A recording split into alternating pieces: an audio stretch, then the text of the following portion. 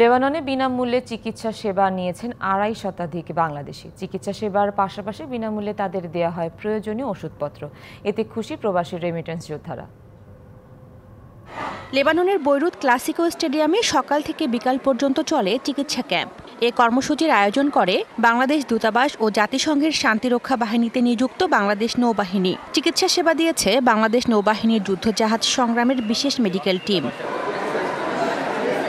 লেবাননের প্রবাসী বাংলাদেশিদের স্বাস্থ্য সুরক্ষায় বিনামূল্যে চিকিৎসা সেবা ও প্রয়োজনীয় ওষুধ সরবরাহ কার্যক্রম ভবিষ্যতেও অব্যাহত থাকবে বলে জানিয়েছেন দেশটিতে নিযুক্ত বাংলাদেশের রাষ্ট্রদূত air vice marshal Javed Tanvir খান।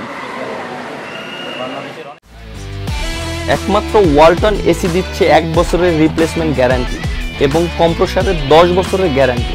রাজধানীর বৈরুতে ক্লাসিকো স্টেডিয়ামে জড়ো হয়েছিলেন ২৫০ শতাধিক বাংলাদেশি। বিপুল এ প্রবাসীকে দেয়া হয়েছে বিনামূল্যে চিকিৎসা সেবা ও প্রয়োজনীয় ঔষধ।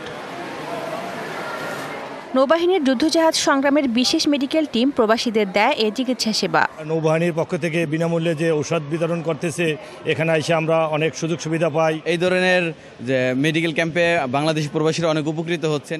ভাষাগত জটিলতা ও বৈধ কাগজপত্রের কারণে সঠিক চিকিৎসা পেতে বিপাকে পড়তে হয় বাংলাদেশিদের। দেশটিতে ওষুধের সংকট ও চড়া মূল্যের কারণেও তাদের হিমশিম।